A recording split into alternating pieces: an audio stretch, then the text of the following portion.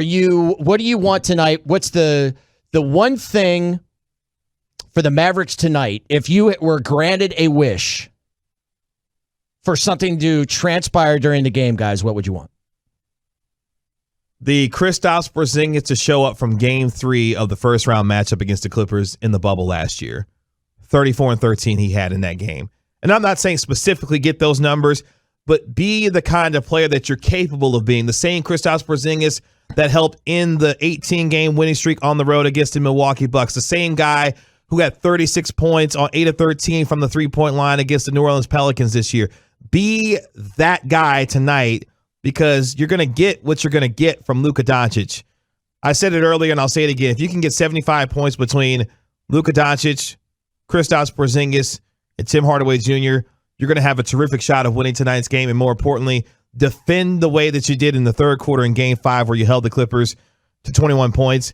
You're going to give yourself a really good opportunity to win this game by withstanding the emotional energy and swell that will be inside of the American Airlines Center, treating this game like a marathon versus a sprint, and give yourself a chance to execute down in the end. And we'll see if the Mavericks can do that tonight. You know what I want tonight? I want Kevin Gray to roll his eyes and be frustrated that the Mavs are being desperate again. I want Boban to start again. That did seem like that's a good call, Troy. I do. I want Boban to start again. I think you just stick with what happened in the last game and you put him out there, because that put the pressure on the Clippers to go down to the post and watch out for this guy who's 47 feet tall. You know, that's what happened. And then Maxey come in, who apparently became the enforcer suddenly, which I loved. I thought that was great. I know, Kevin, you talked the other day when Hardaway went up and tried to dunk it to set the tone. It was really set when Maxey got into it with Morris. Yeah. And I would like the same thing tonight. And I know you were frustrated. You thought it was a desperation move to have Boban start, but I would want to see Boban start again tonight, especially at home. I'm with you on there. You kind of were alluding to what mine was going to be, so good segue there.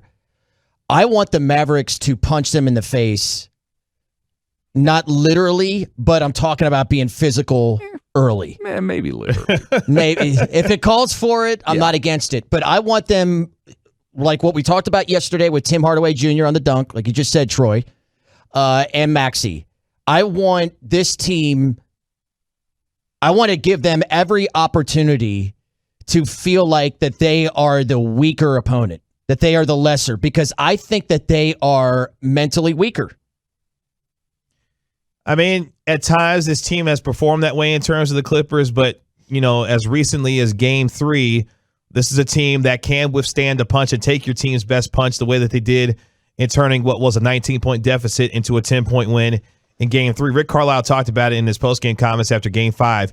You've got to come out, if you're the Mavericks, and win the first 5 minutes of this game and set the tone on both ends of the floor. I don't want to hear excuses about your offensive energy did not translate into the defensive energy or vice versa. You've got to come with it on both ends of the floor and bring the kind of intensity that, number one, keeps this Mavs crowd in it, because they're going to be, you know, ravenous and ready to go already, but give them a reason to continue to keep the building loud throughout the night inside of the AAC.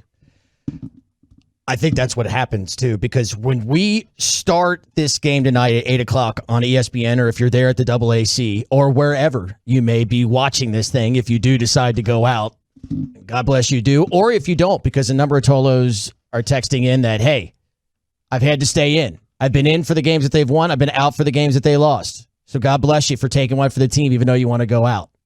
Some people aren't even watching it because of the fact that they've missed the games that they won.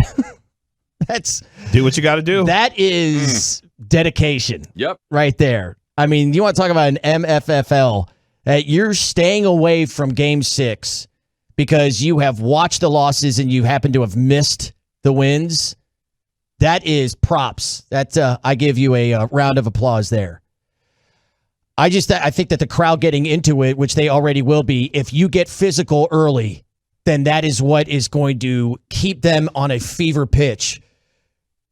I really hope that what they're able to do is get out to a comfortable lead earlier. Oh, great stuff. Wait till you see what Mike Bassick has on as he has just entered the building. If you get out to a more comfortable lead in order to keep or to get Luka to the bench at some point without have to, sacrificing your queen, so to speak. You know what I'm saying? Like you have to it seems like every time he comes off the floor, it's a completely different ball game. It's a different team, and you need to get him a little bit of rest in there, especially because how much he's carrying this team, and particularly in Game 5. I would not be shocked if Luka Doncic plays between 42 and 44 minutes tonight.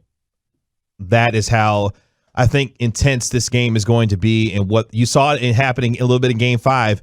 Carlisle was, willing to get Luka back in there a little bit more quicker than he's normally accustomed to as far as, his rotation and his rest is concerned. I would like to see if Luka Doncic potentially empties the tank tonight to see if they can, because you're confident that you can win on the road because you've already done it 3 times in this series, but you would really like to close this thing out in your own building, knowing what awaits for you on Sunday, if you're able to close it out against the Utah Jazz. The Mavericks got to come out punching and punch often tonight.